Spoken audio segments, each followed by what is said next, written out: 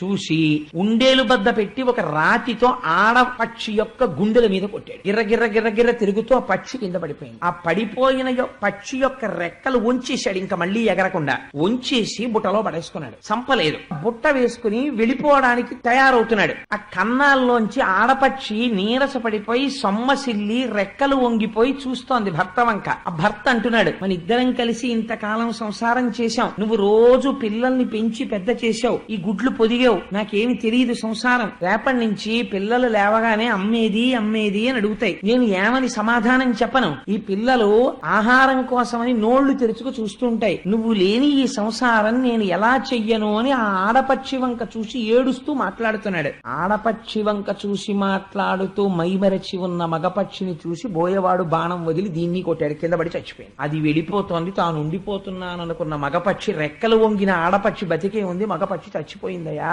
ఎవరి మరణం ఎక్కడొస్తుందో ఎవడికి తెలిసి, ఎందుకు వచ్చిన ఈ కబుర్లు, ఈశ్వరుడు గురించి ప్రార్థన చేయండి అన్నాడు. అంటే ఆశ్చర్యం ఏమిటో తెలుసా అండి, దితి హిరణ్యాక్షుడి భార్యలు ఊరట చెందారు. నిజమే, వెళ్ళిపోతారు జీవులు, ఎందుకు ఏడవడం అని వాళ్ళు ఇంట్లోకి వెళ్ళిపోయారు అంతఃపురంలో. ఈయన మాత్రం తపస్సుకు బయలుదేరాడు, బయటికి వచ్చాడు. తన దగ్గరుండేటటువంటి మంత్రి సామంతలు అందరినీ కూడా పిలిచాడు. శ్రీమన్నారాయణుడంతటి దుండగీడు ప్రపంచంలో ఇంకొకడు ఉన్నాడు. ఏం చేశాడో తెలుసా, చేతకానివాడు, పిరికివాడు. ఎక్కడో నీటిలోకి దిక్కి ఆ భూమండలాన్ని పైకెత్తుతుంటే నా తమ్ముడైనటువంటి హిరణ్యాక్షుడు కనబడ్డాడు. యుద్ధం చేసి గదతో కొట్టి నా తమ్ముణ్ణి సంహరించాడు.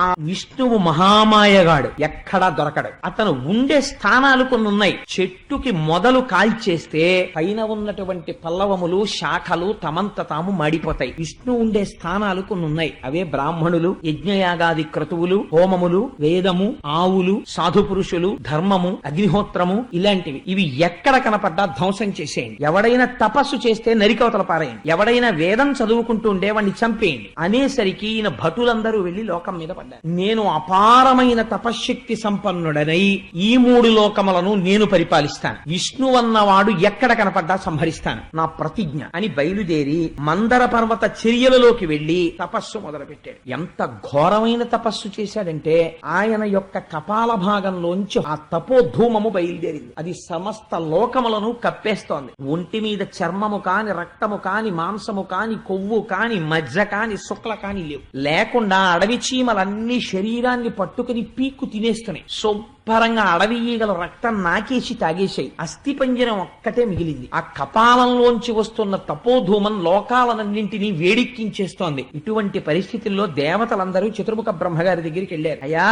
ఈ హిరణ్యకశిపుడి యొక్క తపోధూమము చేత మేమందరము తప్తమైపోతున్నాం.